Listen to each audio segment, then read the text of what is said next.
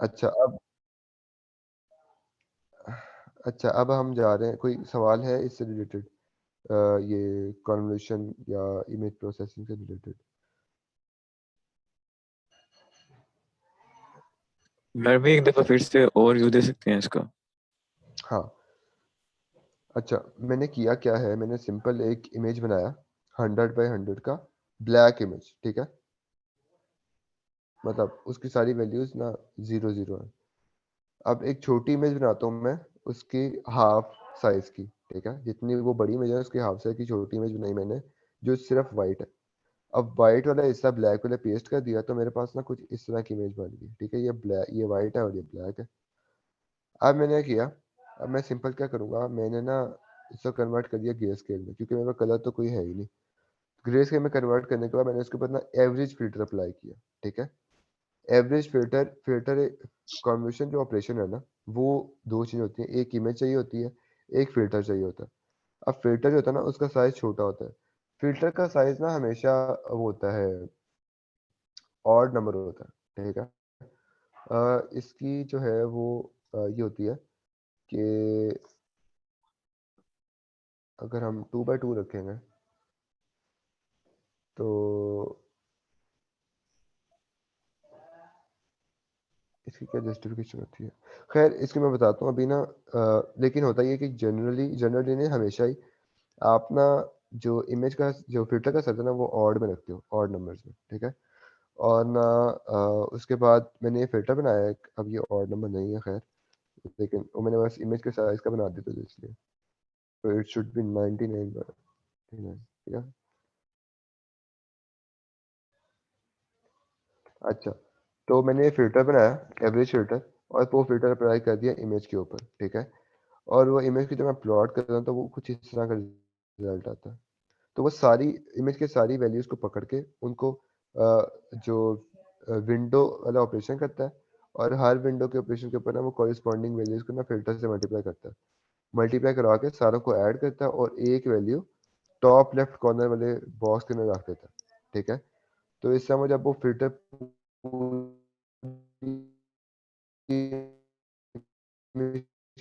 पर ट्रैवल का ये वाला फ़िल्टर। तो ये आपका ना कन्वोल्यूशन का ये ऑपरेशन होता है सिंपल।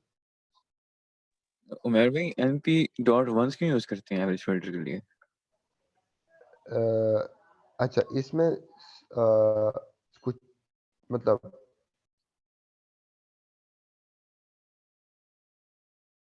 आवाज कट गई यार। ज़ीरोज़ कर नहीं सकते, क्योंकि आपने क्या करना है कि मल्टीप्लाई करना। तो मैं कह रहा हूँ कि एनपी डॉट ज़ीरोज़ नहीं करते, ठीक है? क्योंकि आपने मल्टीप्लाई मल्टीप्लाई करनी थी ना, तो जो 1 है वो मल्टीप्लिकेटिव आइडेंटिटी है, 0 नहीं है। तो जब उससे 0 से मल्टीप्लाई वो सारा कुछ 0 हो जाएगा। 1 इसलिए करते हैं कि 1 जो है ना वो एक तो उसको चेंज, वो ना स्केल नहीं करता, ठीक है। 1 जो है ना वो आपका मल्टीप्लिकेशन के अंदर स्केल नहीं करता, क्योंकि वो मल्टीप्लिकेटिव आइडेंटिटी है। तो उससे जो भी कोई चीज़ और मल्टीप्लाई होती है ना, तो वो जैसे अब ये वाला फैक्टर है 99/99 से मैं डिवाइड कर रहा हूँ, तो उसमें जो है ना वो चेंज आ जाएगा आपके फिल्टर के अंदर, लेकिन वो चेंज इस वैल्यू की वजह से होगा, 99/99 की वजह से, ना कि आपकी जो उसकी वैल्यू की वजह से होगा। जिन वैल्यू से फिल्टर बना है, ठीक है। जब 1 से बना है ना, तो 1 का कोई असर नहीं होगा, सारा असर 99/99 का आएगा साथ, ठीक है। तो सिंपल मतलब यही है इसकी इंट्यूशन, कि आप 1 यूज करते हो, आप 0 यूज नहीं करते। कुछ और यूज कर सकते हैं, मतलब आप अपनी इमेजिनेशन से कोई फिल्टर बना सकते हो कि कोई वो कोई खास ऑपरेशन करता हो, ठीक है। तो ये सीन है, ठीक है। अच्छा अब हम जो है ना वो एक बहुत ही मतलब बहुत इंटरेस्टिंग कॉन्सेप्ट है, ठीक है, जो कि बेस है आपके न्यूरल नेटवर्क्स की, कि आपके न्यूरल नेटवर्क्स किस तरह काम करते हैं। सही है। अगर आपको ये चीज़ समझ आ गई ना, लीनियर रिग्रेशन समझ आ गई या लॉजिस्टिक रिग्रेशन समझ आ गई, तो आप जो है ना वो इमेजिन कर सकते हो कि आपका जो neural network in the core क्या काम कर रहा है, ठीक है। तो ये इसलिए ये बहुत इंपॉर्टेंट है। तो किसी भी पॉइंट पे कोई भी सवाल आए, पूछना ज़रूर है, चुप नहीं रहना और इसको समझना सही तरह, क्योंकि अगला जो लेक्चर है वो हमने थोड़ा न्यूरल नेटवर्क की तरफ जाना है।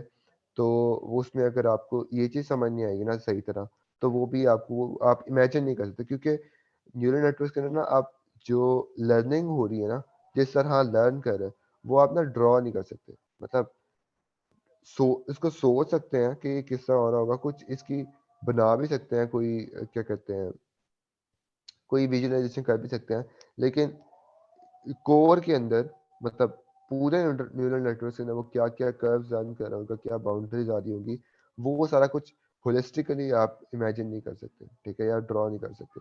तो इस चीज के लिए ये जो चीज है ना, लीनियर रिग्रेशन या लॉजिस्टिक रिग्रेशन जो है, ये बहुत इंपॉर्टेंट है समझना, ठीक है। तो हम स्टार्ट करते हैं इसको।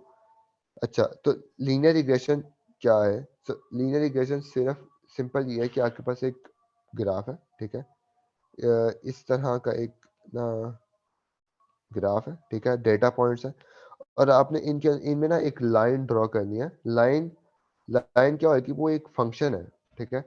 सिंपल ऐसे होता है ना कि फंक्शन में क्या होता है कि आप एक वैल्यू पास करते हो, वो कोई रिजल्ट रिटर्न करता है, ठीक है, सही है। फर्ज करो मेरे पास ना एक फंक्शन था जो कि ना क्या करता था कि मैं ना उसको अब जैसे पावर है, ठीक है, तो मैं पावर वाला कोई फंक्शन रखता हूँ, मैं उसको क्या वैल्यू पास करता हूँ, मैं इसे कहता हूँ कि भाई तुमने पावर कंप्यूट करनी है इसकी, ठीक है, 2 की पावर कंप्यूट करनी है 4th पावर, तो आपको रिटर्न कर देता है, ठीक है, 4th पावर रिटर्न करता है। तो उसने उसने एक फंक्शन लिखा हुआ है जो कि मैप करता है आपकी क्यूरी को रिजल्ट के साथ, ठीक है, क्यूरी को रिजल्ट के साथ मैप करता है। तो मैं क्या कर रहा हूँ, मैं ये एज्यूम कर रहा हूँ यहाँ पर कि मेरे जो डेटा पॉइंट्स है ना, जो क्यूरी के पॉइंट्स हैं, वो ना लीनियरली डिपेंडेंट है, ठीक है, मतलब उनके दरमियान एक लीनियर कॉम्बिनेशन है। तो मैं अगर x को किस बार कोई लीनियर ऑपरेशन परफॉर्म करूँ, तो वो y की तरफ आ जाएगा, ठीक है। तो मैं कह रहा हूँ कि भाई मैं ना इसमें एक लाइन लीनियर जो कि है, तो वो एक लाइन ही होगी ना, वो कर्व नहीं हो सकती, क्योंकि कर्व जो है वो लीनियर नहीं है, सही है। तो मैं कहता हूँ कि लीनियर ऑपरेशन, लीनियर अगर रिलेशनशिप एग्जिस्ट करता है तो यहाँ पर ये लीनियर फंक्शन लर्न कर सकता हूँ मैं, जो कि मुझे बताएगा कि अगर कोई और डेटा पॉइंट आता है, ठीक है, वो भी इन्हीं इन्हीं डेटा पॉइंट्स की तरह का है, देखिए वो मेरे मॉडल ने कभी देखा हुआ नहीं है, तो मैं बता सकता हूँ कि इस एक्स की वैल्यू के लिए मेरा क्या रिजल्ट आता है, क्योंकि मैं वो फंक्शन लर्न कर चुका हूँ, ठीक है। सो आइडिया सिर्फ ये है कि आप ना अपने मॉडल को, और ये मॉडल की तरफ एक एक ना समझ लो कि एक डमी है, उसको मैं ना 100 पॉइंट सिखाता हूँ, मैं कहता हूँ कि यार सॉरी, मैं से कहता हूँ कि यार अगर तेरे पास पहली वैल्यू आएगी ना, तो उसके रिजल्ट ये आएगा, एक और वैल्यू आती है उसका रिजल्ट ये आएगा, फिर एक और वैल्यू आती है उसका रिजल्ट ये आएगा। तो आप खुद ही समझ सकते हो कि यार अगर कोई और वैल्यू आती है ना, तो उसका रिजल्ट ये आएगा। जैसे सिंपल सी बात है, मैं कहता हूँ आपके पास एक सीरीज है, वो इस तरह की है, वो है 3 5 7 9 11 13 15, इसका अगला नंबर क्या होगा? 17। इस 17 होगा ना। तो आपने क्या किया, आपने प्रीवियस रिजल्ट्स को देख के आपने क्या किया, आप इस पॉइंट पे थे 3, तो उसने जेन में सोचा होगा यार ये ना ये जो 3 है ना, ये प्रॉब्ली ये शायद ऑड नंबर, ये ऑड नंबर है, ठीक है। अब जब आप 5 की बारी पे गए ना, तो आपने यहाँ पे फिर आके सोचा होगा ये भी ऑड नंबर है, तो यहाँ पर आके आपने दोबारा सोचा होगा ये ऑड नंबर है, ठीक है। और जब ये आपने किया ना, तो आपने क्या किया कि मैंने 3 odd number, 5 odd number, 7 odd number, तो आपने एक्स के एक क्यूरी के ऊपर एक रिजल्ट जनरेट करना स्टार्ट कर दिया, ठीक है। 3 एक मेरा क्यूरी था, आपने रिजल्ट जनरेट किया कि ऑड है। 5 क्यूरी था, रिजल्ट जनरेट किया ऑड है। 7 क्यूरी था, आपने रिजल्ट जनरेट किया ऑड। तो आपने काइंड ऑफ जहन के अंदर ना, अपने माइंड के अंदर एक फंक्शन बना लिया कि जब भी कोई एक्स की वैल्यू आएगी ना, तो मुझे ऐसा कहना है कि ये ऑड नंबर है, ठीक है। और अगर मैंने आगे वाली कोई नेक्स्ट वैल्यू प्रिडिक्ट करनी है ना, तो वो भी कोई नेक्स्ट वाला ऑड नंबर होगा, ठीक है। तो न्यूरल नेटवर्क्स में ना कि कोर के ना यही हो रहा होता है कि आप उसे कहते हो कि यार ये एक्स ये वाई, ये एक्स ये वाई, ये एक्स ये वाई, और अब मेरे पास एक और एक्स है, तो मुझे बताओ कि इसका वाई क्या होगा। तो वो अपने प्रीवियस नॉलेज को, जो डेटा वो देख चुका है, जो फंक्शन वो डेटा से लर्न कर चुका है, उसको देखते हुए ना वो बताता है कि यार इसका इसका जवाब ये आएगा, ठीक है। कुछ कुछ ज़हन में कहते कुछ कुछ खाका बना है, कोई कोई मतलब ब्लूप्रिंट बना है, ठीक है। जो बात की वो समझ आइए, शुरुआत हाँ में बात हो रही थी। हाँ, मतलब मैं थोड़ी सी इंट्यूशन बनाना चाह रहा हूँ कि ना आप कुछ समझ आए कि न्यूरल नेटवर्क में क्या काम कर रहे हैं, और अब लीनियर रिग्रेशन क्या होगी, ठीक है। तो अब सिंपल लीनियर रिग्रेशन क्या है, मैं कुछ एक दिखाता हूँ। अच्छा, फर्ज करो कि मेरे पास एक एक्स है, ये मैं ऐसे कहता हूँ एक्स इक्वल टू ये है और वाई इक्वल टू ये, ठीक है। अच्छा, तो एक्स क्या है, एक्स है 2 4 8। अच्छा अब नहीं, एक्स में कहता हूँ 1 2 3 4 5 6 7 8, ठीक है। और यहाँ पे क्या है, 1 नहीं, यहाँ पे 2 4 8 16 82 64 128, ठीक है, 256। सही है, मेरे ख्याल ये 8 हो चुके हैं।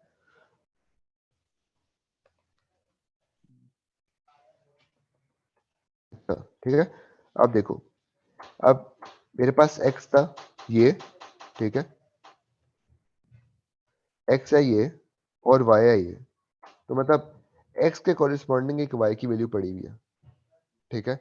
और अगर मैं ऐसा ग्राफ ड्रॉ करूंगा तो वो किस तरह ग्राफ बनेगा, वो ग्राफ होगा कुछ मतलब एक सिंपल पावर का ग्राफ होएगा ना, तो जो कि इंक्रीज कर रहा होगा, सही है। जैसे जैसे मेरी एक्स की वैल्यू आएगी वो एक वैल्यू लेगा, वो और स्टीप होता जाएगा ऊपर की तरफ, सही है, ठीक है। तो अब ये क्या है कि एक्स और वाई के दरमियान ना एक लीनियर रिलेशनशिप एग्जिस्ट करता है, ठीक है। वो लीनियर रिलेशनशिप क्या है कि जो भी एक्स की वैल्यू है ना उसको उससे मल्टीप्लाई कर दो, मतलब 2 की वो वाली पावर ले लो, ठीक है। तो ये एक लीनियर रिलेशनशिप है। अब यहाँ पर मैं डेटा पॉइंट्स को लेके भी ये कह रहा हूँ कि यार ये जो डेटा पॉइंट्स है ना, इनके दरमियान ना एक लीनियर रिलेशनशिप है कि अगर मैं एक्स की कोई वैल्यू पकड़ता ना, तो अगर मैंने वाई की कोई वैल्यू निकालनी है ना, तो उसके दरमियान ना एक लीनियर रिलेशनशिप होगा। अगर मैं उसको वो रिलेशनशिप फाइंड कर लेना, तो मैं वाई की वैल्यू प्रिडिक्ट कर सकता हूँ क्या होगी, ठीक है। तो ये ना आपका ये लीनियर रिलेशनशिप है, सही है। मतलब थोड़ा क्लियर हुआ, थोड़ा सा लीनियर और वो रिलेशनशिप फाइन का। किस तरह करता है, वो कैसी है मैं मतलब, बताता हूँ मैं बताता जैसे उनको ऑड का आपने बता दिया, टू हूँ। की हाँ, पावर 10 का मुझे पता है, तो किस हाँ, तरह। मैं बताता हूँ। अच्छा, इसकी जो इंट्यूशन है ना वो है आपकी y is equal to M X plus C, ठीक है। अगर आपको पता हो ना स्लोप क्या है और आपको पता हो इंटरसेप्ट क्या है, तो आप कोई भी लाइन ड्रॉ कर सकते हो, ठीक है, गिवन एक्स वाई, सही है। लाइन ड्रॉ करने को दो ही चीजें चाहिए होती है ना, आपको चाहिए होता है कि इस लाइन की स्लोप क्या है, इस लाइन का इंटरसेप्ट क्या है, ठीक है। तो ये मतलब जो वो वाई की वो कहाँ पर वाई से कोइंसाइड कर रही है, ठीक है, जब एक्स की वैल्यू 0 है। तो ये ना ये है आपके पास चीज। अब इसमें इस चीज में हमारे पास क्या वेरिएबल्स है, हमारे पास स्लोप है एंड इंटरसेप्ट, ठीक हो गया, सही है। मुझे स्लोप और इंटरसेप्ट बता दो सिर्फ, मैं लाइन ड्रॉ कर लूंगा। अगर मुझे कोई लीनियर रिलेशनशिप फाइंड करना है ना, अब देख, अब मेरे पास एक्स और वाई ये पड़े, ये थे, ठीक है, इनके दरमियान कोई लीनियर रिलेशनशिप है, सही है। अब अगर मैंने वो लीनियर रिलेशनशिप यहाँ पे दिखाना हो इस जगह पे, तो मैं क्या करूंगा, अब मेरे पास एक्स और वाई ये पड़े हुए हैं, मुझे एम और सी चाहिए, एम एंड सी चाहिए कॉरिस्पॉन्डिंग टू जो ये रिलेशनशिप बता रहे हो, ठीक है। अब इसे क्या बनते हैं एम और सी, वाई की वैल्यू, अब वाई अगर एक्स अगर 2 है तो वाई इज इक्वल टू 4 है, एक्स अगर 3 है तो वो सिंपल ही है कि ये 2 की पावर जो भी एक्स है वो आता है, ठीक है। तो अब पावर वाला जो है सीन, वो हमारा एक वो लीनियर फंक्शन है यहाँ पे, ठीक है। अच्छा, अब जो है ना हम इसको इस तरह लेके चलते हैं कि मेरे पास कुछ x था, ठीक है। अब इसको छोड़ दो, इस चीज को। हमारे पास कोई भी रैंडम x है, उसके कॉरेस्पॉन्डिंग y पड़ा हुआ है। अब मुझे किसी ने कह दिया कि यार ये जो x और y है ना, इनके दरमियान रिलेशनशिप है ना, वो लीनियर, ठीक है। अब मुझे क्या करना है कि मुझे लीनियर रिलेशनशिप फाइंड करने के लिए मुझे ना सिंपल ये करना है कि मैं ना स्लोप और इंटरसेप्ट फाइंड कर लेता हूँ, और मैं वो जब वो वाला स्लोप और इंटरसेप्ट उस डेटा के लिए, ठीक है। मैंने खुद से नहीं फाइंड करता, मेरे पास डेटा पॉइंट्स गिवन है, मैं उससे वो स्लोप और इंटरसेप्ट फाइंड करूंगा। अभी ना उसकी इक्वेशन देखते हैं। आप लोगों ने वो पढ़ी हुई नहीं है, ऐसे भी लीनियर अलजेब्रा में नहीं पढ़ी हुई, तो मैं ना अभी बताता हूँ वो इक्वेशन क्या बनती है। अच्छा, तो ये देखो, अब मैं कुछ ना डेटा लिख रहा हूँ, ठीक है। तो फिर हम ना उसका स्लोप और इंटरसेप्ट निकालते हैं। मेरे पास अगर फर्ज करो कि ये वाला ही डेटा पॉइंट्स है, ठीक है। मैं इसको लिख लेता हूँ, x इक्वल टू है, एक मिनट में चला जरा ये। बाकी हम ना लॉस और कॉस्ट फंक्शन वगैरह वो सारी चीज़ें भी देखते हैं। भाई मैं ना कुछ चीज़ समझा दूँ आपको। सो इंपोर्ट नंबर एनपी, अभी नंबर ही चाहिए। मैं एक्स करता हूँ, x इक्वल टू है np डॉट अरेंज। अच्छा, मुझे चाहिए 0 से लेके 250, हाँ जी, 0 से लेके 10 तक कर देते हैं, ठीक है। और स्टेप साइज 1 नहीं है तो वो वही रहेगा। y इक्वल्स कर देते हैं। क्या y जो है ना वो सिंपल क्या है कि POV ऑफ x, ठीक है।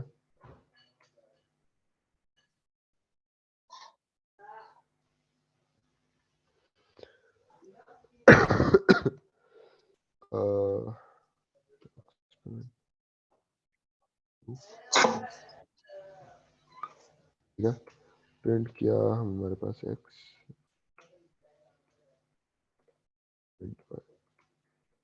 ठीक है। तो मेरे पास ना एक मिनट, 149, ओए ये पावर का फंक्शन क्या करता है, base and exponent. So base मेरे पास ये है 2 है, एक्सपोनेंट x है, ठीक है। अच्छा, तो मेरे पास ना ये आ गया कि x के कॉरेस्पॉन्डिंग y की वैल्यू ये है, ठीक है। तो मेरे पास समझ लो ये डेटा है, ये मेरे पास ना डेटा है जो गिवन है, ठीक है। अब मैं करता हूँ, मैं ना सिंपल ना अगर मैं इसमें x को ना, अच्छा मुझे क्या चाहिए, सो इसको ना एज्यूम करो कि मैं ना दिखा ही देता हूँ np डॉट,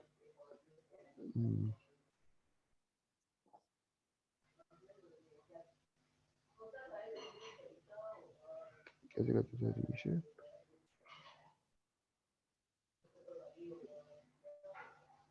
न्यू एक्सेस, और ऐसे था।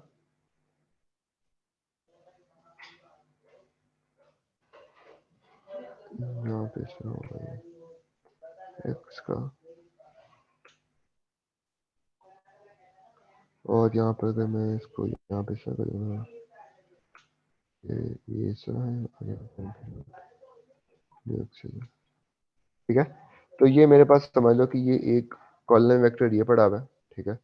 और इस तरह से ही ना मैं अगर y का कॉलम वेक्टर बना लूँ, तो ये कॉलम वेक्टर ये पड़ा हुआ, ठीक है। तो इस तरह से मेरे डेटा पॉइंट पड़े हैं कि वो मैपिंग हो रही है मेरे पास कि भाई x के कॉरेस्पॉन्डिंग y है।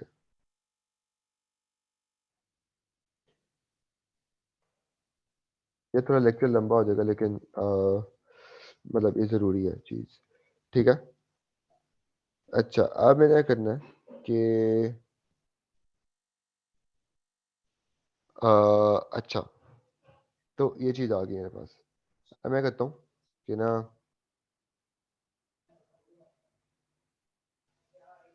मुझे ना इसमें क्या करना है कि एक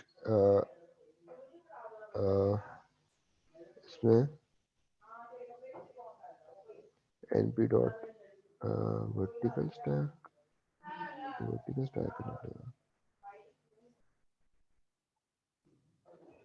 ए तो एक्स ही है, यहाँ करता हूँ np डॉट वंस, ठीक है। और वंस की शेप क्या है कि यहाँ पर ना इसको हम बदल देते हैं, एक्स इक्वल कर दिया ये, और यहाँ पर हमने एक्स रखा। अब एक्स की जो एक्स के नंबर ऑफ कॉलम्स हैं, एक्स की शेप जो है उसकी जो पहले इसमें आते हैं हाइट और विड्थ, तो शेप का रो कॉलम, तो हमारे पास रोज कितनी है शेप का 0 वाला, ये देखते क्या होता है। इसमें बेसिक्स 1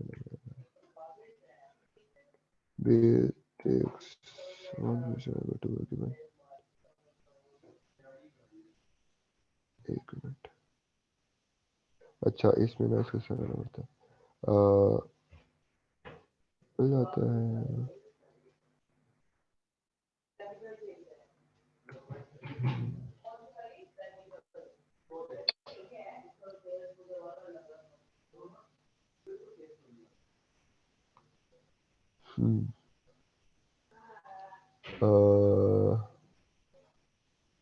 एक्सेस बतानी पड़ेगी शायद, एक्सेस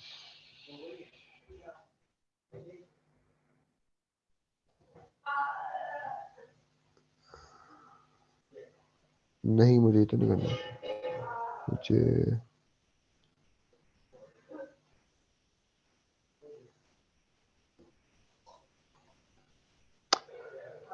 इनको हॉरिजॉन्टल स्टैक करना है,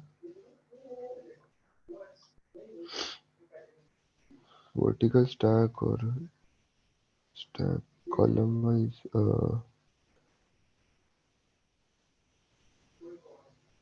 अच्छा और एक्सेस 0,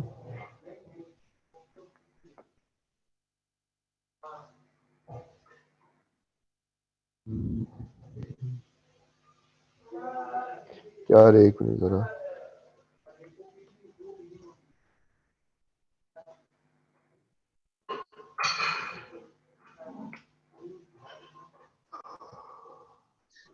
इसका क्या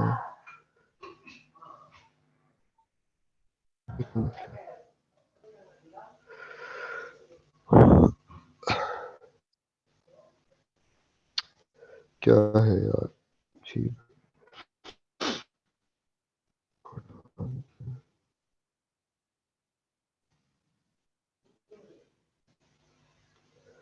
यार इसका जुगाड़ करना पड़ेगा मुझे, इतनी याद नहीं आ रहा है।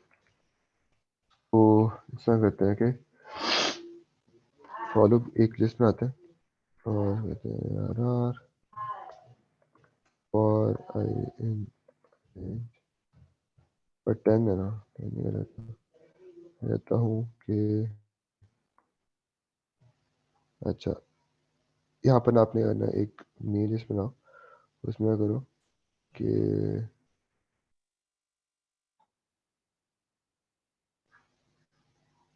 ए आर आर के डॉट अपेंड कर दो। अपेंड क्या करना है आपने जो आपका एक्स था ना, एक्स का इसको भी ना खत्म कर देते हैं। एक्स अभी भी सिंपल एक वो वाला वेक्टर रहेगा और एक्स का आयत यहाँ पे रख देते हैं और यहाँ पर साथ में 1 रख देते हैं, ठीक है। और इसमें ये चीज़ अपेंड होती रहेगी और कुछ आते हैं,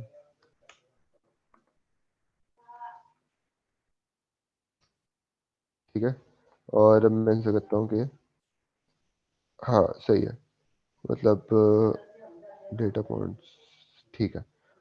ठीक है, तो इसको मैं नंपायर में कन्वर्ट कर देता हूँ, X equal to N P dot array, और इसमें कहते हैं यार, ठीक है। तो मेरे पास एक्स आ चुका है और वाई आ चुका है, प्रिंट कर देते हैं, दोनों को यहाँ से उठाते हैं, ठीक है। ये मेरे पास एक्स है और ये वाई है, सही है। अच्छा अब मैं करता हूँ कि ना मैं एक ना सिंपल इक्वेशन बनाता हूँ। वो क्या है कि x ये इसको ध्यान में रखो, इसको, ठीक है, इस वेक्टर को। x जब मल्टीप्लाई होता है एक वेक्टर से जहाँ पर ये m पड़ा हुआ है और c पड़ा हुआ है, ठीक है, इज इक्वल टू आता है y, ठीक है। अच्छा अब देखना क्या होता है। ये जब x की वैल्यू जीरो, क्या जीरो वाली फर्स्ट वैल्यू थी ना x की, ठीक है, x मल्टीप्लाई होगा m से। अब देखना कि हर डेटा पॉइंट के लिए, अब इसके लिए मैं इक्वेशन बनाता हूँ पहले, ठीक है, पहले इसके लिए बनाऊंगा फिर ऊपर वाले के बनाऊंगा। क्या कहता हूँ, देखो मेरे पास जीरो है, जीरो मल्टीप्लाई हुआ, जीरो ने मल्टीप्लाई होना है एसेंशियली इस पूरे वेक्टर से, ठीक है, बस इस पूरे वेक्टर से। अब पहली वाली वैल्यू है, पहली वाली वैल्यू मल्टीप्लाई होगी m से, ठीक है, फिर प्लस होएगा, फिर जीरो जीरो मल्टीप्लाई होगा, पहले m से मल्टीप्लाई होगा, फिर प्लस हुआ, फिर जीरो मल्टीप्लाई होगा c से, ठीक है, और मेरे पास एक वैल्यू आएगी y की।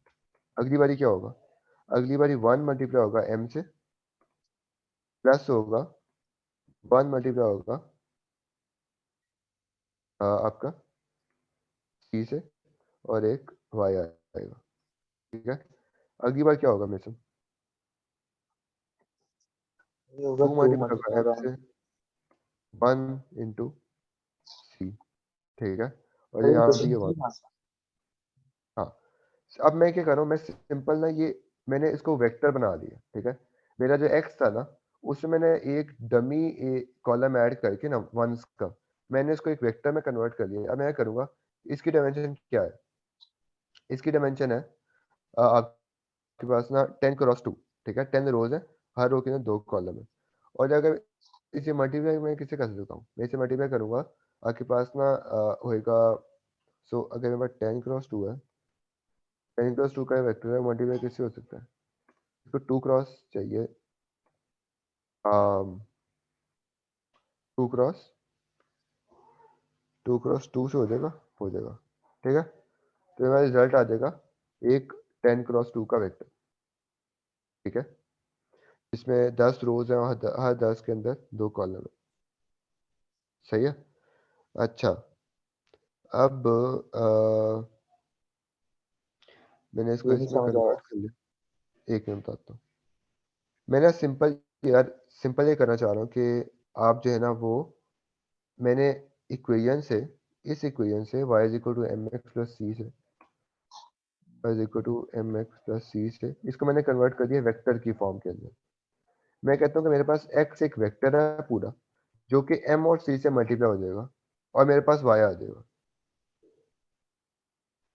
ठीक है। अच्छा अब y जो है ना वो आपके पास उसकी डायमेंशन होनी चाहिए 10 क्रॉस 1, सही है। तो ये मैं 2 बाय 2 नहीं करूंगा, इसको 2 क्रॉस 1 करूंगा। मैं इसको यहाँ पे लिख लेता हूँ ताकि आसानी हो जाए मेरे लिए, और इसको मैं ना मार्क डाउन में कन्वर्ट कर देता हूँ, ठीक है। ये एक है, और यहाँ पर ना एक और वेक्टर है, कितने, किस डायमेंशन का, यहाँ पर एक m पड़ा हुआ है, और यहाँ पर ना इसको यहाँ पे रख देते हैं, और यहाँ पर आके यहाँ पर एक सी पड़ा हुआ है, ठीक है। और ये वाला जो है क्या क्या रहा है? ठीक है, तो ये डायमेंशन है 10 क्रॉस 2, और ये डायमेंशन है 2 क्रॉस 1। तो रिजल्ट क्या होगा, रिजल्टेंट आपके पास आएगा एक 10 क्रॉस 1 का वेक्टर, ठीक है, ऐसे ही है। और वो जो 10 क्रॉस 1 का वेक्टर है ना, वो आपका y है असल में, ठीक है। अच्छा अब मैंने क्या फाइंड करना है, मेरे पास ये इक्वेशन गिवन है, मेरे पास x पड़ा हुआ है, y पड़ा हुआ है, मुझे m और c फाइंड करना है। आपके पास सिर्फ 2 अननोन्स हैं, ठीक है, और बाकी सारा कुछ गिवन है, 2 अननोन्स है और 2 नोन्स है। और आपके पास इक्वेशंस कितनी है, इक्वेशन आपके पास है 10 इक्वेशन है, ठीक है। तो आप उनसे m और c फाइंड कर सकते हो, इजीली फाइंड कर सकते हो। जितने अननोन होते हैं उसके उसके जितनी आपको इक्वेशन चाहिए होती है ना, ठीक है, अगर बस 2 अननोन है तो आप 2 इक्वेशन से 2 अननोन फाइंड कर सकते हो, सही है। तो आपके पास इक्वेशन ज़्यादा है, अननोन्स कम है, तो आप ये फाइंड कर सकते हो आसानी से। अच्छा, आप इसको फाइंड करने का तरीका क्या? इसको फाइंड करने का जो एल्गोरिथमिक वे है वो ये है कि मैं करूं कि मैं ना इसका ट्रांसपोज बोथ साइड में, मैं इसका अपना अब मैं ना सिंबॉलिक फॉर्म में जा रहा हूँ, ठीक है, सिंबल में जा रहा हूँ। अब ये मेरा एक्स है, ये एक्स है, ये बी है और ये वाई है, ठीक है। वाई मेरा जो है लेबल है जो मुझे फाइंड करना है, एक्स मेरा एम और सी है, बी मेरा एम और सी है और एक्स मेरा डेटा पॉइंट है, ठीक है। मैं करूँगा, मैं सिंपल करूँगा, मैं एक्स का ट्रांसपोज बोथ साइड पे मल्टीप्लाई कर दूंगा। एक्स ट्रांसपोज यहाँ पर भी आ गया, यहाँ पर ये एक्स जो है वो मल्टीप्लाई हो रहा था आपके बी से, is equal to X transpose T multiply by Y, ठीक है। ये करने से क्या होगा?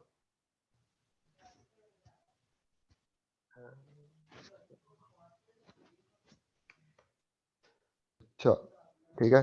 अब क्या होगा कि x जो है ना वो आपका मल्टीप्लाई हो जाएगा, x ट्रांसपोज x से मल्टीप्लाई होगा तो डिमेंशन क्या आएगी?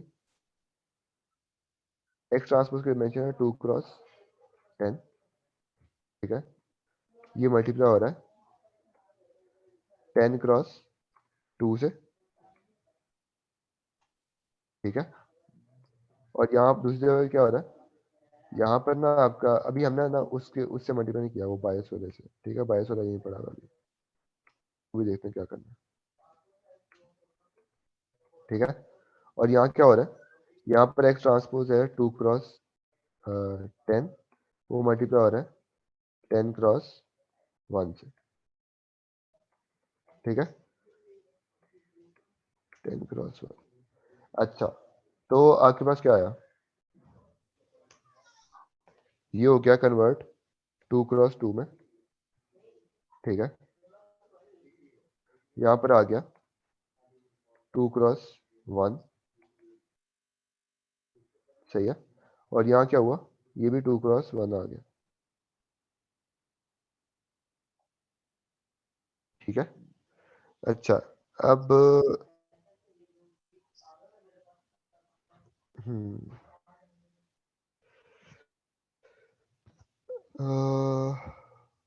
ओके, सो सिंपल, अगर हम इसको सिंप्लीफाई करते हैं ना इस स्टेप के ऊपर, तो अगर आपने बी फाइंड करना तो क्या करोगे, ये वाला पूरा फैक्टर उठा के यहाँ ले जाओगे, ठीक है। तो जब मैट्रिक्स यार होते आप हैं लोग जब बोल क्यों नहीं रहे, बाकी लोग बोल क्यों नहीं रहे? भाई एक मैट्रिक्स लेफ्ट साइड पे पड़ी हुई है उसको, और उसको राइट साइड पे ले जाने के लिए क्या करते हैं? डिवाइड कर मतलब डिवाइड तो नहीं होता इन्वर्स हो मैट्रिक्स जाता में, ना, इनवर्स ले लेते हैं ना उसको। इनवर्स को दोनों साइडों पे मल्टीप्लाई कर देते हैं। हाँ। शाबाश। और इसको कहते हैं, ये हमारा जो मतलब ये जो तरीका है ना, इसे कहते हैं सूडो इनवर्स, ठीक है। मतलब अगर आपका कोई भी वेक्टर है ना, इन्वर्स करने के लिए कंडीशन क्या होती है कि आपको जो मैट्रिक्स है वो होना चाहिए स्क्वायर, ठीक है। तो सूडो इनवर्स होता है ना, वो इस कंडीशन को बाईपास कर देता है, उसको किसी भी डायमेंशन का वेक्टर दो ना तो वो आपको इन्वर्स निकाल के दे देता है, ठीक है। तो ये एक तरीका है, आपने अननोन्स फाइंड करने हैं एम और सी, और आपके पास ये सूडो इनवर्स के तरीके से आप इसको फाइंड कर सकते हो। और ये जो आपको सोल्यूशन देगा ना, डेटा पॉइंट्स को देते हुए जो सोल्यूशन देगा वो एग्जैक्ट सोल्यूशन होगा, ठीक है। वो अप्रॉक्सीमेटली होगा, वो एग्जैक्ट सोल्यूशन होगा, वो एम और सी होंगे जो उन डेटा पॉइंट्स को मैप कर रहे हैं, मतलब एक्स को वाई की ओर मैप कर रहे होंगे, और वो लाइन एक ड्रॉ कर रहे होंगे, ठीक है। वो एक ऐसी लाइन बनाएंगे जो जो है ना वो फंक्शन होगी उन डेटा पॉइंट्स का, ठीक है। अब थोड़ा उमैर एक सा मिनट जो रुकना, उमैर एक मिनट जी रुको। अच्छा क्लास, मुझे एक बात बताएं, ये जो उमैर ने बात की है, ये पूरा प्रोसेस जो हमने हमने किया है जिसपे हमें एम और सी की वैल्यू निकल आई है, ठीक है। Once we have M and C value, अब तुम्हें कोई भी एक्स दे तो उससे कोरिस्पॉन्डिंग वाई तुम मुझे निकाल के दे सकते हो। Does it make sense? Sarfaraz, M और सी वैल्यू खुद नहीं चेंज होगी हर डेटा पॉइंट के लिए? नहीं, एम और सी वैल्यू हम एक दफा कंप्यूट कर लेंगे। क्योंकि ये तो लीनियर एक फंक्शन टाइप नहीं बन रहा है, तो क्या स्लोप है ना, तो क्या बन स्लोप रहा तो है? खुद चेंज होगी। हाँ, वो एम और सी स्लोप हमने है ना, स्लोप और वाई सब निकाल लिया ना, तो बेसिकली आपने लाइन तो प्रेडिक्ट कर ली है। अब अगर मुझे कोई भी तुम एक एक्स दे दो, तो मैं तुम्हें उसके करस्पॉन्डिंग वाई निकाल के दे दूंगा। अगर एम और सी लीनियर है, मगर एम खुद लीनियर नहीं है यहाँ पे, तो क्योंकि 2 की पावर n में तो एक आपका स्लोप भी खुद चेंज हो रही होती है जिससे डाटा पॉइंट्स आगे जाते जाएंगे। हाँ बच्चे, स्लोप कांस्टेंट रहती है ना। आपका जो एक्स है वो मल्टीप्लाई होता है एम से, ठीक है। तो वो जो जो एक्स है ना, वो खुद ही उस स्लोप के लिहाज से खुद को मैप कर लेता है, ठीक है। उसमें जब वाई इंटरसेप्ट ऐड होगा ना, तो वो खुद ही ग्राफ की उस पोजीशन में चला जाएगा जो कोरिस्पॉन्ड कर रही होगी उसकी वाई की पोजीशन को। समझ आई? थोड़ा थोड़ा।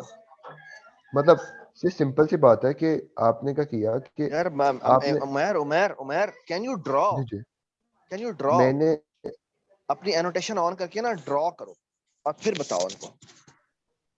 मैं ना पहले हम यही कर रहे थे, तो वो इसमें हुआ था कि ना स्क्रीन ना वो तुमने नजर ही नहीं स्क्रीन आ रही शेयरिंग थी। बंद कर दी है?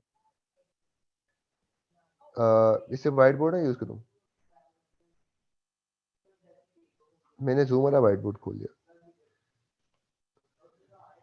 अभी शेयर नहीं हो रहा वो भी। हाँ वो नहीं, कभी मैंने किया ना, एक रुक गया था बीच में। उमर तुम ना स्क्रीन शेयरिंग करते हो, ऊपर से एनोटेशन ऑन कर देते। अ, ओ, एनोटेशन ऑन करके कर देते, या अभी तूने व्हाइट बोर्ड चलाया? White board is hmm, also fine. हाँ, जबरदस्त। इसको ये देखो, अगर मेरे पास ये ग्राफ है ना, ठीक है, सिंपल ये ग्राफ है।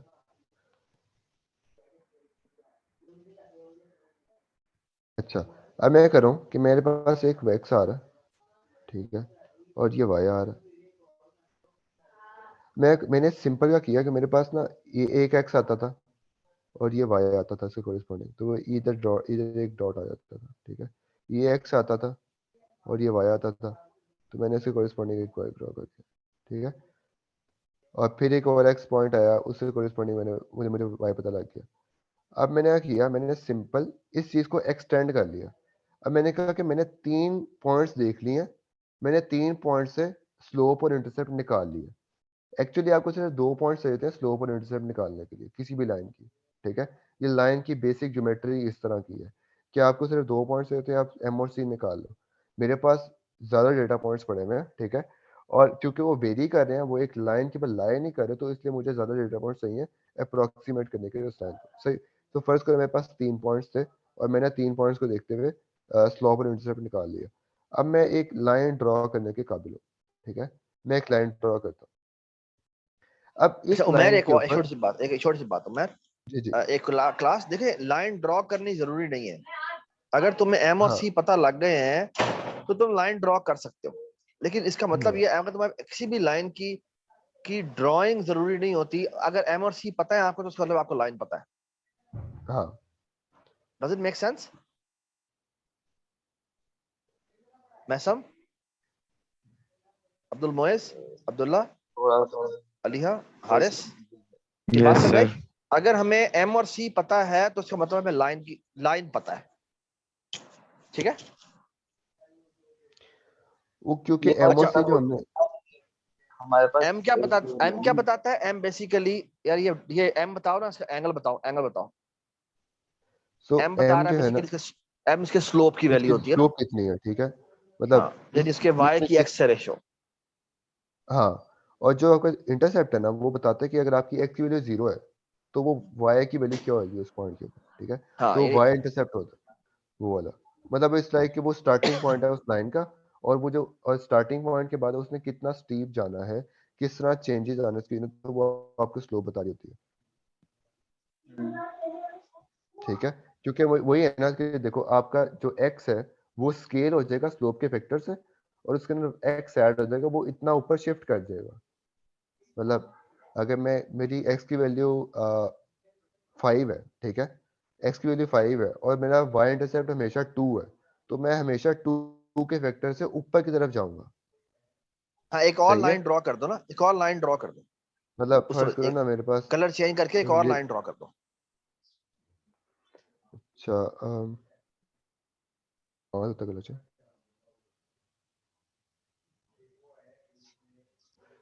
अच्छा जी, ये देखो, अगर मेरे पास ये डेटा पॉइंट है ना, ये है हमारे पास, फर्ज करो ये मेरे पास 5 है, ठीक है, ओके, अच्छा ये 5 ही है, ठीक है। तो मेरे पास अगर 2 इंटरसेप्ट है ना हमेशा, तो मेरा लो पॉइंट है ना, ये स्केल कर जाए ऊपर की तरफ चला जाएगा 2, ठीक है, तो ये यहाँ आ जाएगा।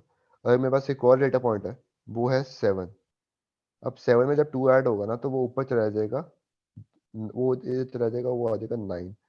तो और जो, अगर मैंने इसमें m से मल्टीप्लाई करता हूँ ना इस 5 को, मेरा फर्स्ट करो स्लोप मेरी 5 है, तो वो जब 5 से मल्टीप्लाई होगा तो वो इधर चला जाएगा, इधर चला जाएगा पॉइंट, ठीक है, x की डायरेक्शन में शिफ्ट कर अच्छा देगा। Umair, are you recording it?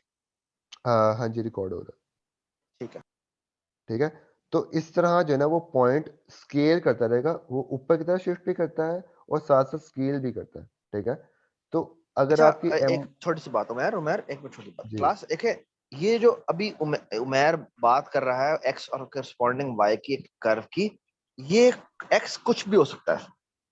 ये एक्स बेसिकली आप ये समझें कि मैं ये भी कह सकता हूँ कि ये एक घर है, उसके एक्स की वैल्यू बताती है कि वो कितने मुरब्बे का है, हम्म कितने मरले का है, हम्म और उसके करस्पॉन्डिंग वो वाई बताता है कि उसकी कीमत क्या है। इसी तरह ये भी हो सकता है कि मैं एक्स की वैल्यू बेसिकली क्या बता रही है कि मैं फॉर एग्जांपल एक इमेज दे दूं, और वो इस हम्म इमेज की करस्पॉन्डिंग फॉर एग्जांपल एक क्लास में डिफाइन कर दे कि ये ह्यूमन फेस है या डॉग फेस है, और उसके करस्पॉन्डिंग वाई वैल्यू भी हो सकती है। यानी वाई कुछ भी प्रिडिक्टर हो सकता है। आगे जाके हम यही देखेंगे कि न्यूरल नेटवर्क्स जो है वो बेसिकली इनके करस्पॉन्डिंग एक्स के करस्पॉन्डिंग वाई क्या डिफाइन करते हैं। लेकिन बेसिकली जो रूट में मजेदार बात है, फंडामेंटल पे जो मजेदार बात है, वो एक्स के करस्पॉन्डिंग मुझे वाई बताना है। I want to predict a function, I want to that value is basically Y, कि मुझे कोई एक्स बता दे, उस एक्स के करस्पॉन्डिंग तो मैं आपको उसको वाई बता दूंगा। ठीक है, फादर एक रिलेशनशिप बता रहा है ना खाली एक्स और वाई की। सिर्फ रिलेशनशिप है कि एक्स एक्चुअली फंक्शन यही होता है ना, फंक्शन इज द रिलेशनशिप। जो आप एक्स बताते हैं तो उसे करस्पॉन्डिंग वो वाई में कन्वर्ट कर देते हैं। ठीक है ना, जैसे आप प्राइम नंबर भी देखें तो हमारे ये बूलियन फंक्शन क्या होते हैं, आप बेसिकली कोई भी उसे एक्स दे, इंटीजर दे, तो उसे करस्पॉन्डिंग उसको ट्रू या फॉल्स में कन्वर्ट कर देता है। बिल्कुल इसी तरह यहाँ पर ट्रू फॉल्स नहीं है, वाई कोई भी आर्बिट्रेरी वैल्यू हो सकती है। ठीक है, और इसके लिए अच्छा, मुझे एक स्लोप चाहिए और एक इंटरसेप्ट चाहिए। हाँ जी। अगर मुझे ये दोनों चीजें पता है तो मैं वाई निकाल सकता हूँ।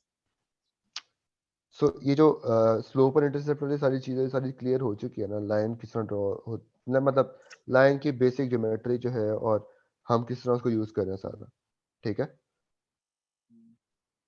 अच्छा, तो आप चलते हैं जरा इसके कोड की तरफ।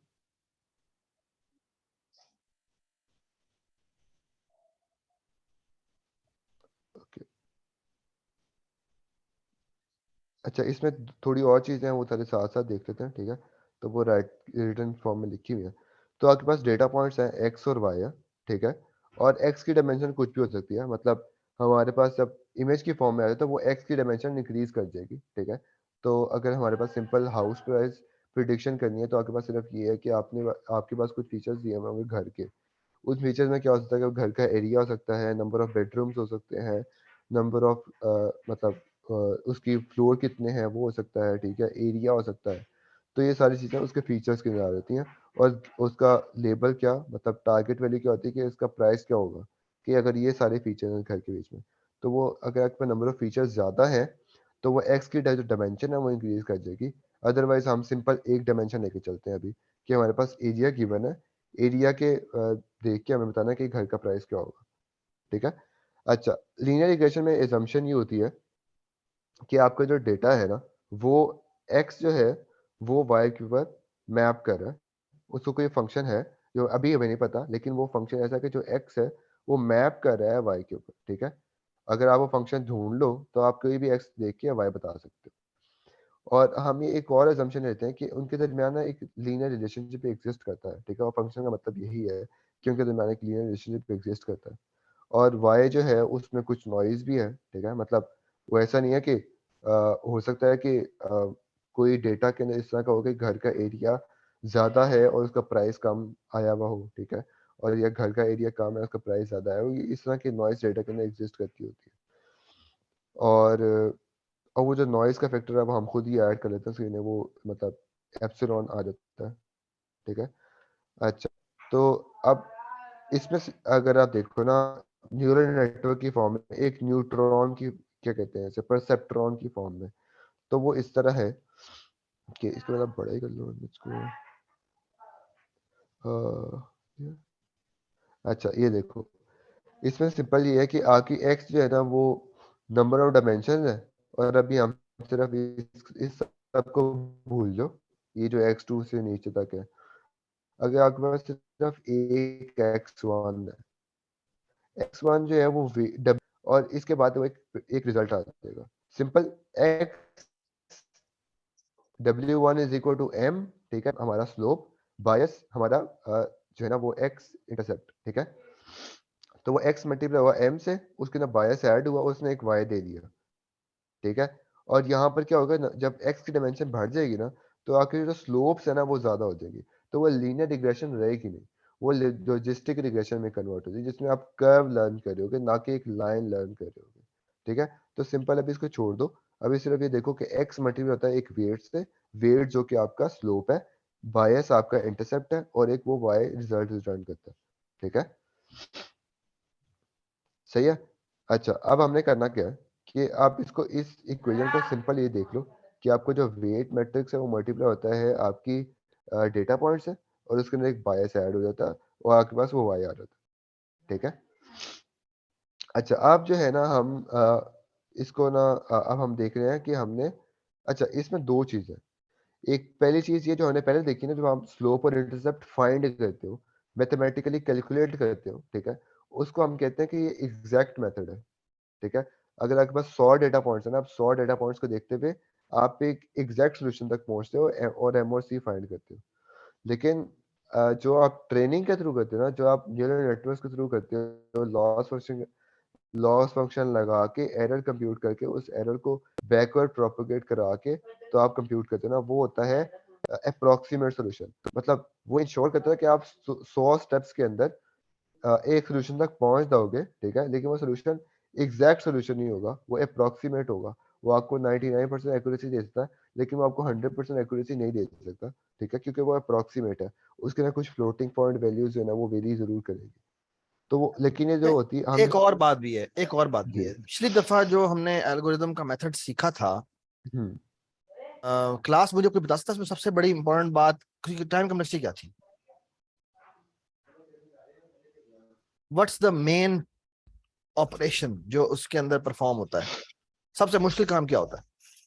एक तो होती है मैट्रिक्स मल्टीप्लिकेशन, है ना, ये नीचे जो नजर आ रही है आपको, ये देख रहे हैं नीचे नजर आ रही है, ये मैं ना इसको हाईलाइट, यार ये तुमने कैसे किया है, मैं हाईलाइट नहीं कर सक रहा यहाँ पे, एनोटेट नहीं कर सक रहा, क्यों पता इसके नहीं। ऊपर हाँ, अच्छा खैर ये रहा, तुम्हारी एनोटेशन ऑन है? मैंने नहीं की, कैन यू डू एनोटेशन? एक मिनट देखता हूँ। नहीं, वो एनोटेशन तुम्हारे ऊपर आ रही होगी ना, नहीं आ रही, नहीं आ रही, तुमने लॉगिन किया इस पे? हाँ आपका ही अकाउंट चल रहा है ये वाला। तो इस पे एनोटेशन नहीं आ रही, बट खैर चलो वापस जाओ, स्क्रीन पे जाओ। अच्छा बेटा, ये आप सबको नजर आ रहा है, W is equal to X transpose X inverse X transpose Y, ये नजर आ रहा है आपको लिखा हुआ? जी सर। ये वाला देखिए सारा W के अंदर एक एक W is basically nothing but a 2x1 vector, hmm जिसमें एक M पड़ा हुआ है और एक C पड़ा हुआ है, ठीक है। हम्म अच्छा अब अगर आप देखें तो इस पूरे के पूरे काम के अंदर क्या हो रहा है, एक तो हम एक्स क्रिएशन करते हैं, एक्स क्रिएशन तो बड़ी हम्म, आसान है, क्या करते हैं, स्टैक कर देते हैं, तो वो तो ऑफ एन हाँ जी ऑपरेशन हो गया, तकरीबन कोई मसला नहीं वाली बात नहीं। असल मसला भला कहाँ है? आप एक्स ट्रांसपोज एक्स कंप्यूट करते हो, फिर उसका इनवर्स लेते हो, फिर उसको एक्स से मल्टीप्लाई करते हो और फिर वाई निकालते हो, है ना। Can anybody tell me what will be the time complexity of this? अच्छा किसी को याद है हमने मल्टीप्लिकेशन की थी दो मैट्रिसेस की, उसकी कॉम्प्लेक्सिटी क्या थी? कितने लूप लगे थे उसके अंदर? लगे तो 3 6 लगे थे। 3 लगे थे, तीन नेस्टेड लूप लगे थे, क्योंकि हम एक्चुअली एक हमारा होता है कि रिजल्टेंट को कंप्यूट करने के लिए, रिजल्टेंट को मैट्रिक्स को कंप्यूट करने के लिए हम लगाते हैं, और फिर एक होती है, एक की रो होती है और एक का कॉलम होता है ना। हर एंट्री कंप्यूट करने के लिए हमें n यानी अगर n बाय n मैट्रिक्स है तो बेसिकली n एक रो और एक कॉलम मल्टीप्लाई होंगे एंट्री बाय एंट्री, तो हमारा आंसर आएगा। तो एक्चुअली वो n क्यूब ऑपरेशन होता है। अच्छा, बाय द वे इनवर्स निकालने का काम जो होता है ना वो भी तकरीबन n क्यूब ही लेता है। तो इस ओवरऑल की कम्प्लेक्सिटी कितनी बनती है आपको बता सकता है मुझे मुझे कोई? n to the power 6 हो जाएगा। नहीं 6 क्यों होगा बेटा? फर्स्ट पहले वो मल्टीप्लिकेशन के लिए n क्यूब हो गया, फिर ट्रांसपोज के लिए n क्यूब हो गया। मल्टीप्लिकेशन के लिए n क्यूब, तो अब दो मल्टीप्लिकेशन हो गई ना, तो n cube plus n cube कितना होता है? 2n cube 2n cube multiply नहीं होता है ना? होंगे। नहीं 2n क्यूब होता है। अच्छा ठीक है, तो ये देखो, ये नीचे बड़ी जबरदस्त ने बात की हुई है, ये पढ़ो नीचे क्या लिखा है, where x is a matrix of shape n by n that holds all training examples that the normal equation requires computing the inverse of x transpose x. The computation complexity of this operation lies between n to the power 2.4 to n to the power 3. ये तकरीबन n cube operation होता है, which is too much. ये बात समझ में आती है? यानी अगर n मेरे डेटा पॉइंट्स हैं, 1 मिलियन डेटा पॉइंट्स हैं, तो 1 मिलियन टू द पावर 3, ये तो अनबियरेबल है।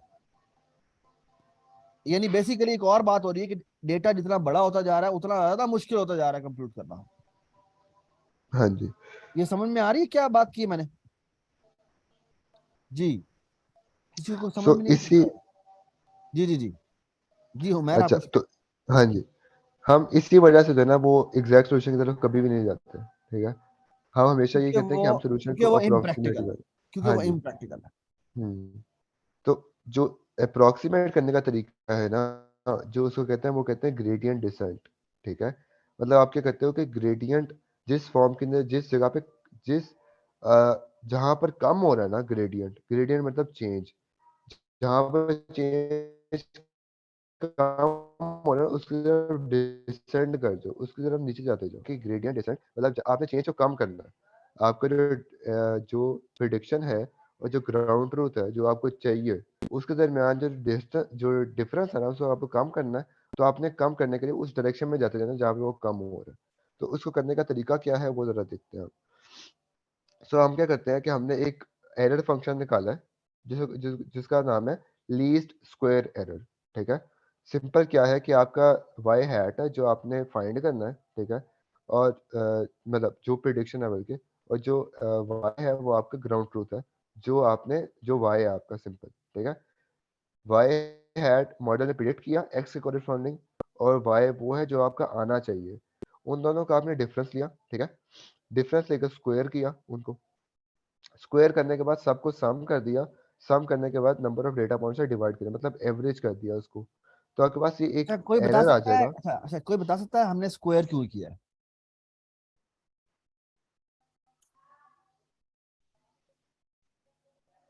नेगेटिव वैल्यू क्या सकती है इसकी वजह? वैल्यू दोबारा बोले, एक जना बोले। नेगेटिव वैल्यू की वजह से।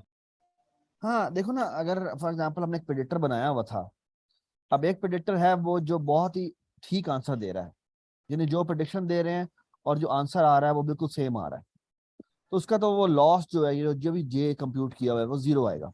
क्यों? क्योंकि जो प्रेडिक्शन यानी अगर हम स्क्वायर ना लेते तो हमारा आंसर जीरो आ रहा होता, क्योंकि हम दोनों का डिफरेंस निकाल रहे हैं।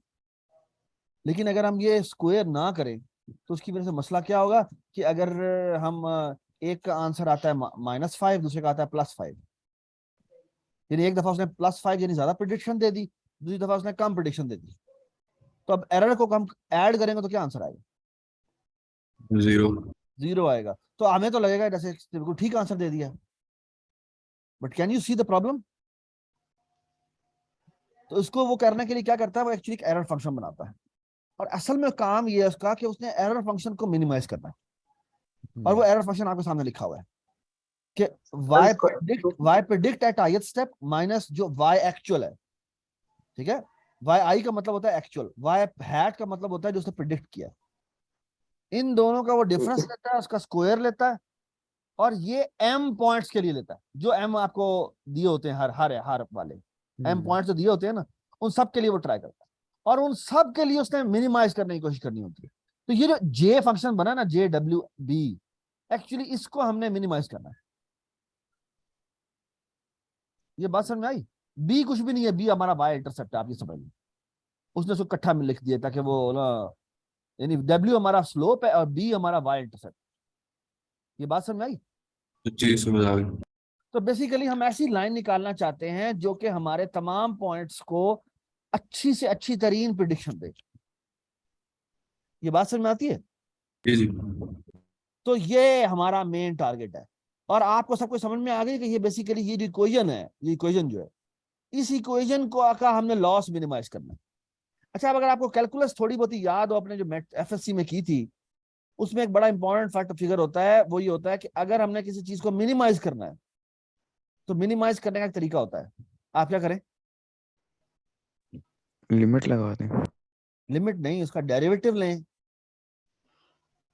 अच्छा, अब उमैर आपको बताएगा कैसे कैसे इसको, इसे कहते हैं ग्रेडियंट डिसेंट। और ग्रेडियंट डिसेंट का मतलब यह है कि आप एक्चुअली एक, अगर आप कर्व बनाए ना यार, उमैर एक कर्व बना सकते हो,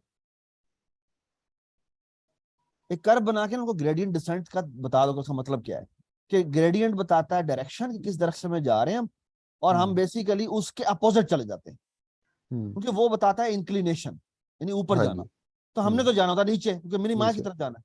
तो हाँ कैसे वो कर्व में नीचे की तरफ जाता है, that's something we have to figure out.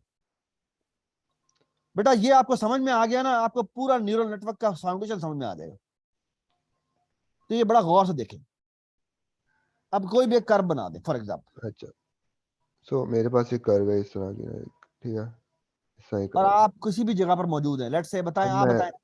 हाँ, आप लेट्स से यहाँ पर मौजूद हैं, ठीक है, ठीक है, मैं यहाँ, ठीक है। यहाँ अच्छा, पे अब मैं उमैर करता हूँ। खड़ा हुआ है, अब उमैर यहाँ हाँ। पे खड़ा हुआ है, ठीक है। हम्म। अच्छा, आप मुझे कोई भी बताया कि जब हम ग्रेडियंट लेते हैं, डेरिवेटिव लेते हैं, तो डेरिवेटिव बताता है स्लोप। क्या बताता है? स्लोप। और स्लोप होता है एंगल ऑफ इंक्लिनेशन। इंक्लिनेशन का मतलब क्या होता है? ऊपर जाना। मतलब वो, हाँ। हाँ, ये एरो एरो लगा दो, एरो बना दो, इसको एरो बना दो।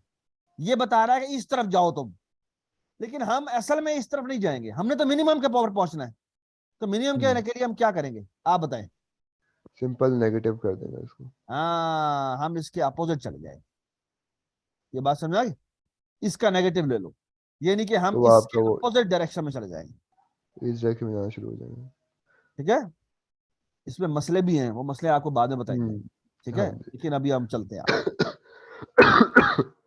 अच्छा, तो हमने, हमारा पहला स्टेप क्या है कि आपने क्या, मतलब सिंपल कोडिंग के पॉइंट ऑफ व्यू से पहला स्टेप क्या है कि आपने पहले इनिशियलाइज कर देना अपने वेट और वेक्टर्स को, वेट वेक्टर को और बायस को, ठीक है।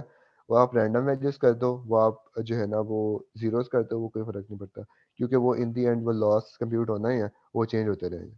लेकिन अगर आपने सिंपल, अब हम वो वाला छोड़ रहे हैं कि जो जिसमें एक आप मिनट, एग्जैक्ट एक मिनट सिस्टम उमर, निकाल। एक मिनट उमर, एक बात सुनो, दोबारा कर्व पे जाओ। इस कर्व को ना मिटा दो, हम्म, एक कॉन्वेक्स फंक्शन वाला कर्व बनाओ। इधर- इनको ना कॉन्वेक्स फंक्शन ही बताना चाहिए, और कोई नहीं बताना चाहिए फिलहाल। ये हाँ इरेजर है ना, जी, इरेजर से इरेज कर दो, ये या रहा। क्लियर ऑल कर दो, क्लियर ऑल नहीं होता रिप। हाँ ठीक है, अब कोई भी एक कॉन्वेक्स फंक्शन बना दो। इसमें- अच्छा, आप देखें, मेरी बात सुने, उमैर क्या कह रहा है? उमैर कह रहा है तुम किसी भी मर्जी जगह से शुरू कर दो। हाँ, वो मतलब कह मैं रहा है यहाँ शुरू किसी कर भी, यानी दूँ। वो रैंडम वैल्यूज इनिशियलाइज करने का मतलब है, वो कह रहा है तुम जहां से मर्जी शुरू कर दो। यहाँ देखो। ठीक है, यहां से नहीं, यहां से नहीं उमैर, उमैर यहां से नहीं। हम्म, उमैर आप सेलेक्ट करते हैं एक्स, आप वाई सेलेक्ट हम्म, करते हैं, आप नीचे से एक्स सेलेक्ट करेंगे। ठीक है, अच्छा, आप कोई भी एक एक्स पोजीशन सेलेक्ट कर लेते हैं।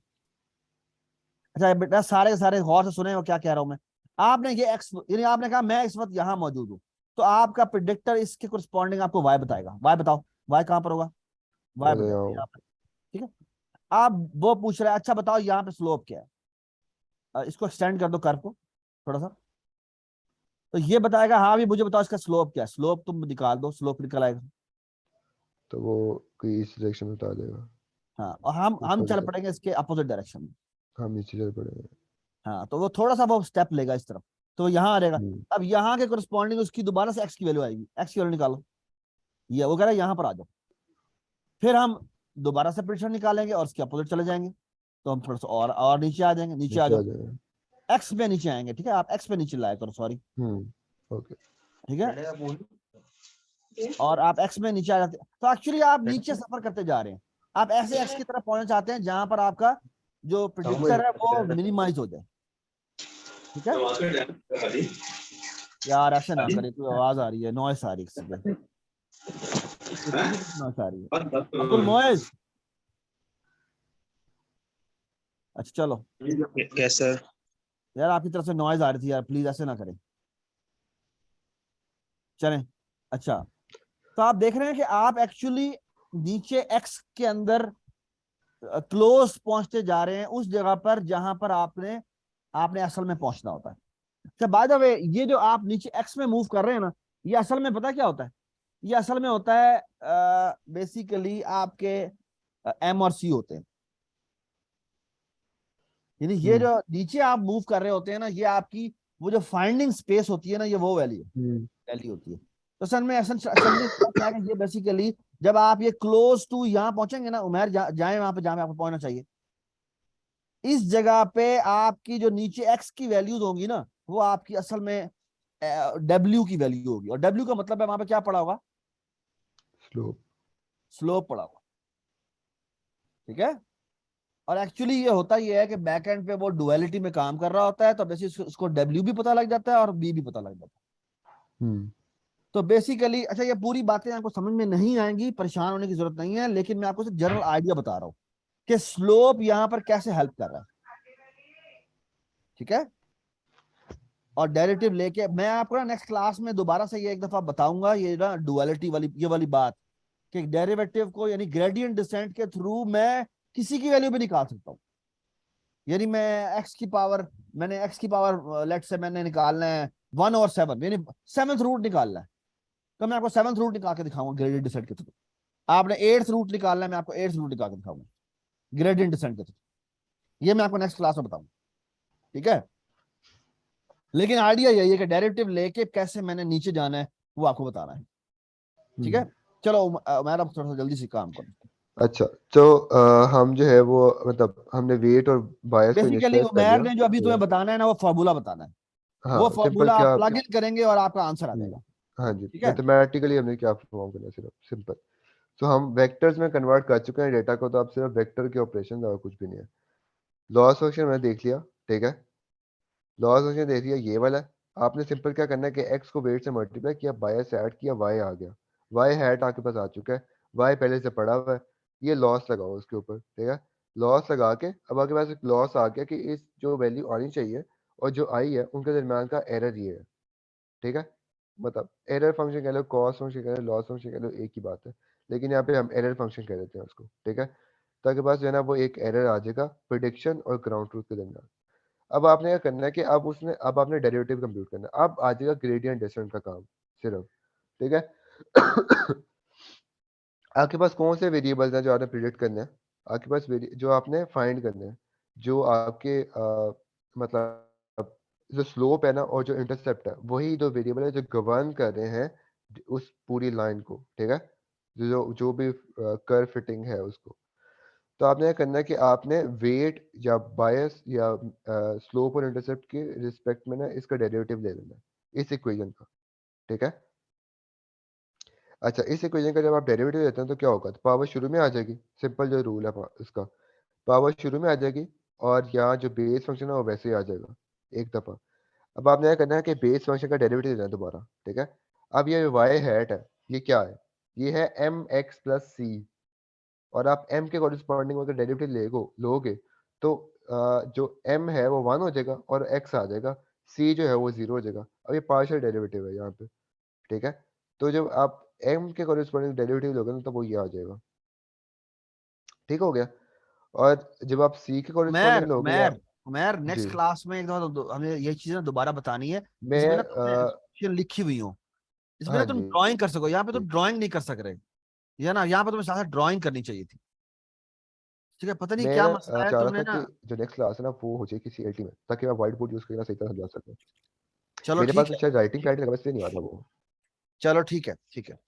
हम्म, अच्छा, तो ये हो गया एक्स को एम के कोरिस्पोंडिंग डेरिवेटिव, और यहाँ पर आ जाएगा आपका सी के कोरिस्पोंडिंग डेरिवेटिव। जब आपने डेरिवेटिव कंप्यूट कर लिया ना, तो अब आपने सिंपल क्या करना है कि आपने उस वो जो आपके प्रीवियस एम और सी है उनको चेंज करना है उस डेरिवेटिव के लिहाज से। तो वो चेंज किस तरह करना है, आपका प्रीवियस जो वेट था ना वो डब्ल्यू था, ठीक है। आपने क्या किया कि उसको एन, ये जो ईटा है एक, ठीक है, ये आपका लर्निंग रेट है कि आपने जो हमने देखा था ना कर्व, अब जब आपने ये जो चेंज है और जब उस डायरेक्शन के अंदर जाना है, स्लोप की डायरेक्शन में जाना है, तो वो कितना जाना है वो आपको बताता है आपका लर्निंग रेट। लर्निंग रेट जब पता, नाम से जाहिर है कि लर्निंग रेट आपने कित मतलब स्लोप की डायरेक्शन में जाना है, ग्रेडियंट डिसेंट की डायरेक्शन में, तो आपने कितना लंबा कितना बड़ा स्टेप लेना है। कि आप, अगर आपका लर्निंग रेट ज्यादा होगा तो आप बड़ा स्टेप लेके उसकी तरफ चले जाओगे, लेकिन आपका लर्निंग रेट छोटा होगा तो आप छोटे छोटे स्टेप्स के अंदर आपने जो आपका जो कन्वर्जेंस का पॉइंट है उसके ऊपर जाओगे। ठीक है, तो आप क्या करते हो कि आप लर्निंग रेट से मल्टीप्लाई करते हो अपना जो जो आपका एरर आया है उसको, उसमें से जो प्रीवियस जो वेट है उसमें से नेक्स्ट वाला माइनस कर देते हो अभी वाला, और आप अपने वेट और बायस को अपडेट कर देते हो। ठीक है, तो इस तरह हर हर स्टेप के ऊपर आप अपना वेट और बायस अपडेट करते रहते हो जो आपका एरर आता है उस हिसाब से। और इन दी एंड जो है आफ्टर सम ईपॉक्स, आप ईपॉक्स मतलब ईपॉक का मतलब होता है कि एक ईपॉक होती है जब आपका पूरा डेटा आपके मॉडल में से एक दफा पास करके, तो वो एक ईपॉक होती है। ठीक है, तो आप नंबर ऑफ ईपॉक्स करने देना वो आप मतलब उस पॉइंट के ऊपर पहुंच जाते हो जहाँ पे वो मॉडल कन्वर्ज कर रहा होता है, जहाँ पर आपका लॉस मिनिमाइज हो चुका होता है सारा। ठीक है, और आपको आपका जो वेट और बायस है वो मिल जाते हैं सही वाले, जो आपके सोल्यूशन को अप्रोक्सीमेट कर देते हैं। अच्छा, अब हमने कुछ क्या रैंडम डेटा जनरेट करा है जिसके अंदर ना एक लीनियर रिलेशनशिप एग्जिस्ट करता है। ठीक है, तो अब उसको प्लॉट किया वो इस तरह किया। ठीक है, वो प्लॉट इसका इस तरह का आ रहा है कि आपके एक्स के कॉरेस्पॉन्डिंग कुछ वाई की वैल्यू आ रही है। ठीक है, अब ये जो है वो हमारे वैसे डमी पड़े हुए हैं। ठीक है, अच्छा, अब आपने क्या किया कि आप जो है ना वो ट्रेनिंग और टेस्टिंग में स्प्लिट करते हो अपने डाटा को, ताकि जो आपका टेस्टिंग है ना वो उस डाटा के ऊपर हो जो आपकी मॉडल ने कभी देखी है, ताकि आपको पता लग सके सही तरह वो किसी तरह काम कर रहा है कि नहीं कर रहा। तो आपने सिंपल ट्रेन और टेस्ट में स्प्लिट कर लिया। अब ट्रेन एक्स है हमारे पास, आपका जो एक्स वैल्यू है, ठीक है, जो एफ ऑफ एक्स फंक्शन के अंदर पास होती है, और वाई आपका, ठीक है, जो उसकी वैल्यू आनी चाहिए। अच्छा, अब सिंपल हमें एक क्लास में आते हैं,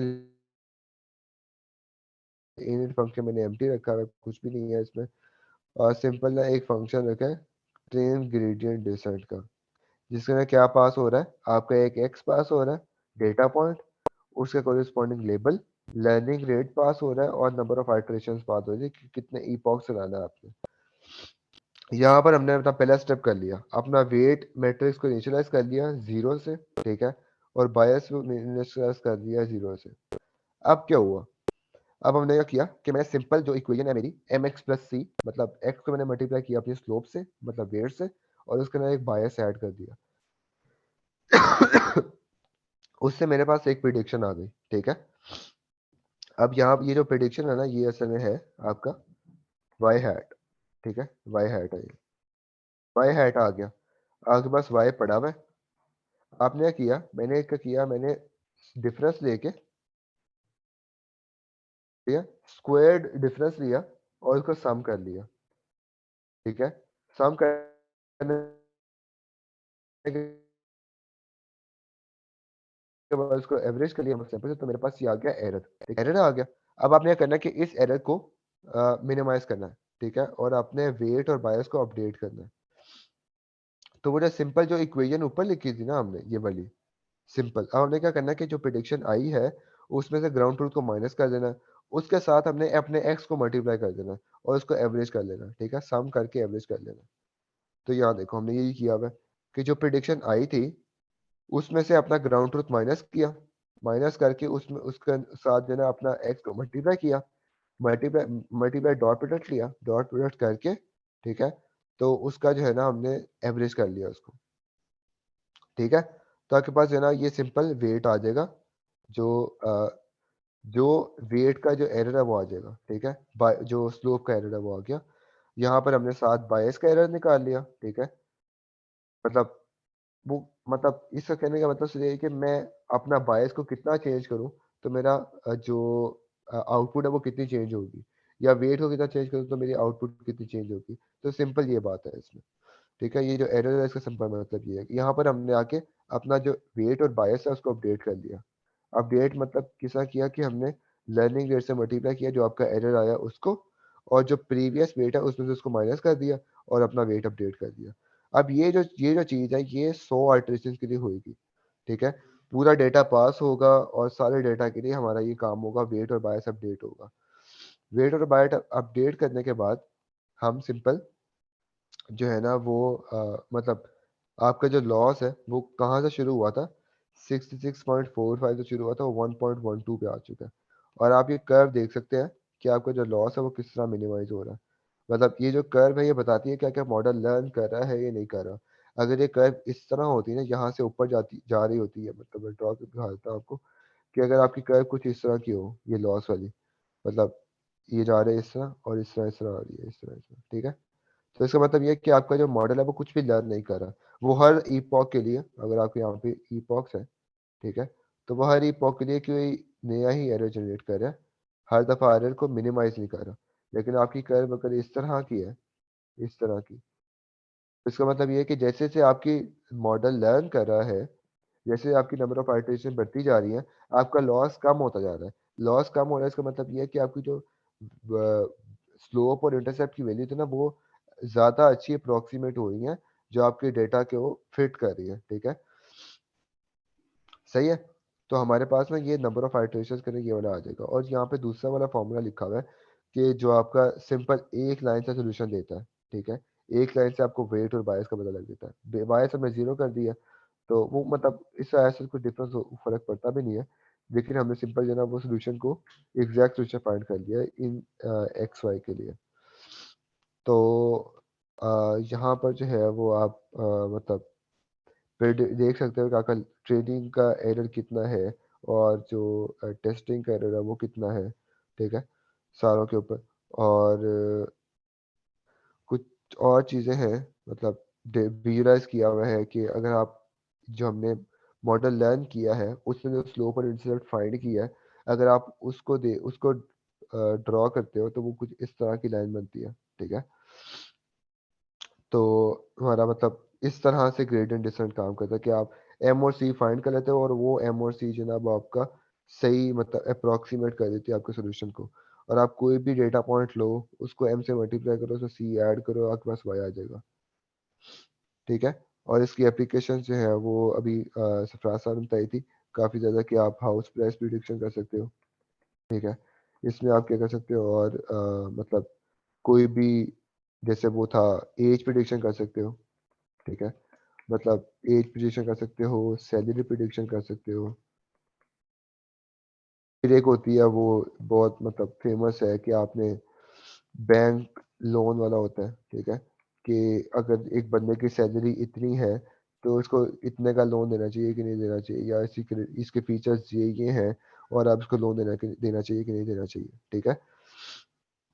अब हमारे पास अगर नंबर ऑफ फीचर्स ज़्यादा हो जाते हैं तो हम किस तरह काम करते हैं, तो ये हम ना इंशाल्लाह नेक्स्ट लेक्चर में देखेंगे ये चीज़, कि अगर आपके पास नंबर ऑफ फीचर्स ज़्यादा हो जाए तो आपकी जो स्लोप है वो एक तो रहेगी नहीं, ठीक है, मतलब वो लीनियर जो लाइन है वो आपके डेटा को सही तरह वो मैप कर ही नहीं सकेगी, क्योंकि उसके अंदर लीनियर रिलेशनशिप एग्जिस्ट ही नहीं करता।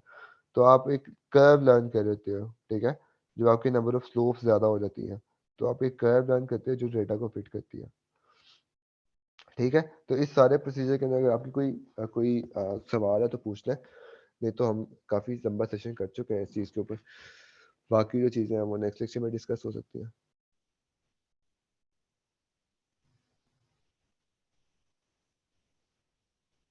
ठीक है। अच्छा, एक एग्जांपल मैं आपको नेक्स्ट क्लास में बताऊंगा जिसमें मैं बेसिकली आई विल ट्राई कि मैं ग्रेडियंट डिसेंट को एग्जांपल के थ्रू चला कर दिखाऊं।